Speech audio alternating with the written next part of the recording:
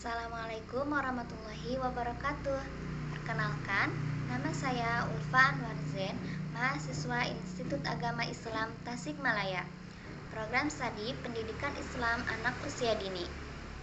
Video ini saya buat untuk memenuhi salah satu tugas akhir semester mata kuliah Sejarah Perjuangan Umat Islam yang diampu oleh Bapak Iqbal Anggia Yusuf MPD.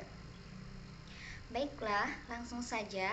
Dalam video ini saya akan memaparkan tentang sejarah dan perkembangan umat Islam pada masa Daulah Safawiyah di Persia di bawah kepemimpinan Sultan Syah Abbas I dengan kurun waktu 1552 hingga 1622 Masehi.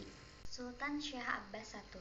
Setelah Sultan Syah Abbas I diangkat menjadi sultan, ia mengambil langkah-langkah pemulihan kekuasaan Daulah Safawiyah yang sudah memprihatinkan itu.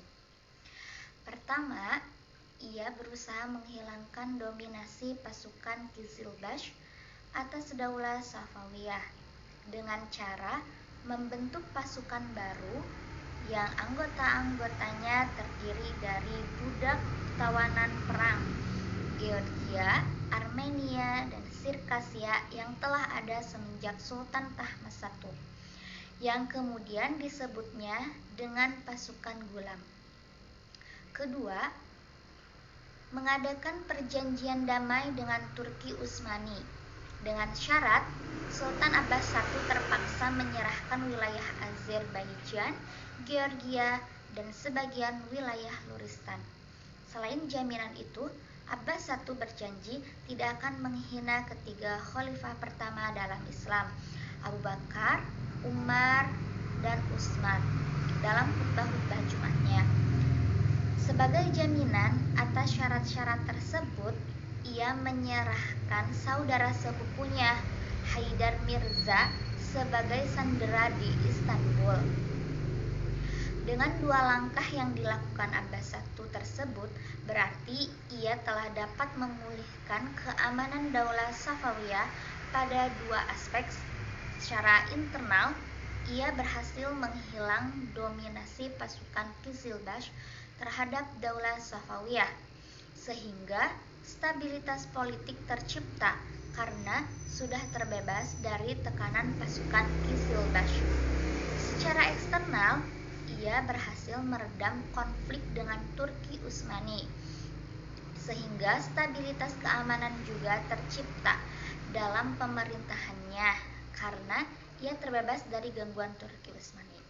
Usaha-usaha yang dilakukan Sultan Abbas I berhasil membuat pemerintahan Daulah Safawiyah menjadi kuat kembali. Setelah itu, dalam kondisi pemerintahannya yang sudah stabil, Sultan Abbas I mulai memusatkan perhatiannya keluar, berusaha mengambil kembali wilayah-wilayah kekuasaan Safawiyah yang sudah hilang. Pada tahun 1597 Masehi, Sultan Abbas I memindahkan ibu kota Daulah Safawiyah ke Isfahan sebagai persiapan untuk melanjutkan langkah melakukan perluasan wilayah ekspansinya ke daerah-daerah bagian timur. Nah, setelah memperoleh kemenangan di wilayah timur, barulah Sultan Abbas I mengalihkan serangannya ke wilayah barat, berhadapan dengan Turki Utsmani. Pada tahun 1598 Masehi, ia menyerang dan menaklukkan Herat. Kemudian, serangan dilanjutkannya merebut Mar dan Balkh. Setelah kekuatan pemerintahannya mulai pulih dan terbina kembali, timbul pula hasrat untuk mengambil wilayah-wilayah kekuasaan Daulah Safawiyah yang dulu diambil Turki Utsmani. Nampaknya rasa permusuhan dari dua daulah Islamiyah yang berbeda aliran agama, yaitu Syiah dan Sunni ini, tidak pernah padam sama sekali. Pada tahun 1602 Masehi, di saat Turki Utsmani berada di bawah pemerintahan yang sultannya lemah, Sultan Muhammad III, pasukan Sultan Abbas I mengarahkan serangannya ke wilayah-wilayah yang dikuasai dulu oleh Turki Utsmani tersebut. Kemudian mereka menyerang dan berhasil menguasai daerah Tabriz, Sirwan, dan Baghdad.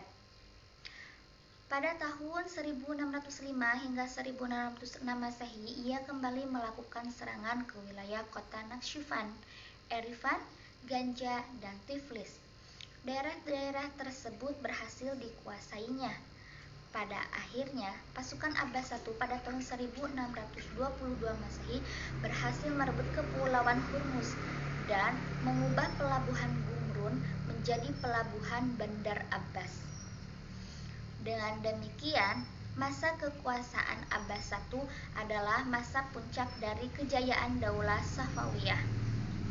Secara politik, ia dapat mengatasi berbagai pergolakan yang terjadi di dalam negerinya, meredam konflik-konflik sehingga tercipta stabilitas keamanan. Melalui dua hal tersebut, ia pun berhasil kembali mengambil wilayah-wilayah yang pernah direbut oleh kerajaan lain, terutama kerajaan Turki Utsmani sebelum kekuasaannya.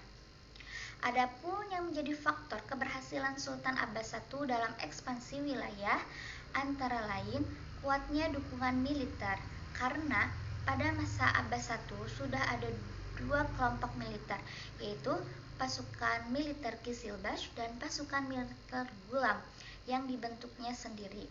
Mereka memberikan dukungan penuh bagi ekspansinya. Faktor kedua, ambisi sultan yang sangat besar bagi memperluas wilayah Daulah Safawiyah, sehingga ia rela melakukan perjanjian damai dengan Turki Utsmani, dan untuk itu ia menyerahkan sebagian wilayah kekuasaannya kepada mereka. Masa damai tersebut dipergunakannya menciptakan keamanan dalam negerinya.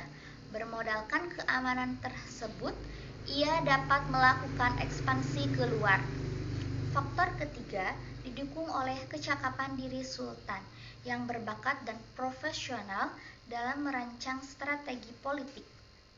Kemajuan yang dicapai oleh Sultan Abbas I tersebut bukan hanya di bidang ekspansi wilayah dalam bidang pemerintahan saja, tetapi juga di bidang lain pun daulah ini banyak mengalami kemajuan. Di antara kemajuan-kemajuan itu sebagai berikut. 1. Kemajuan di dalam bidang ekonomi. Stabilitas politik yang tercipta Sultan Abbas I pada masa pemerintahannya, terlebih lagi setelah Kepulauan Hormuz dikuasai dan pelabuhan Gumrun diubah menjadi Bandar Abbas. Dengan dikuasainya bandar tersebut, maka sumber pendapatan negara dari aktivitas ekspor dan impor menjadi meningkat. Kedua, kemajuan kebudayaan dan seni. Setelah tercipta stabilitas politik, ekonomi, dan keamanan dalam pemerintahan Sultan Abbas I, maka ia dapat mengalihkan perhatiannya pada bidang lain. Sultan telah menjadikan kota Isfahan ibu kota kerajaan, menjadi kota yang sangat indah. Di kota tersebut berdiri bangunan-bangunan besar dan indah, masjid, rumah sakit, sekolah, jembatan-jembatan diperindah dengan taman-taman wisata yang ditata dengan baik, sehingga ketika Sultan Abbas I wafat, di Isfahan telah terdapat 162 masjid, yang terbesar di antaranya adalah Masjid Shah Isfahan, lalu 48 akademi, 802 penginapan, dan 273 pemandian umum. 3. Di bidang seni. Nampak pada gaya arsitektur bangunan-bangunannya juga dapat dilihat pada kerajinan tangan, keramik, karpet, permadani, pakaian, dan tenunan, mode, tembikar, dan model seni lainnya. Selanjutnya yaitu masa kemunduran dinasti Safawiyah. Sepeninggal Abbas I, Daulah Safawiyah berturut-turut diperintah oleh 6 sultan. Pada masa itulah, Daulah Safawiyah mengalami kemunduran yang membawa pada kehancuran. Adapun faktor penyebab hancur dan mundurnya daulah ini yaitu 1. satu faktor internal yang disebabkan oleh lemahnya para sultan dan tidak berperadaban, yang mana para sultan atau pemimpinnya sering minum-minum atau pemabuk dan bertindak kejam. Kedua, faktor eksternal yang disebabkan sering terjadinya peperangan dan konflik yang berkepanjangan dengan Daulah Turki Utsmani.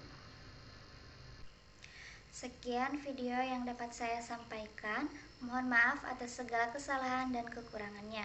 Assalamualaikum warahmatullahi wabarakatuh.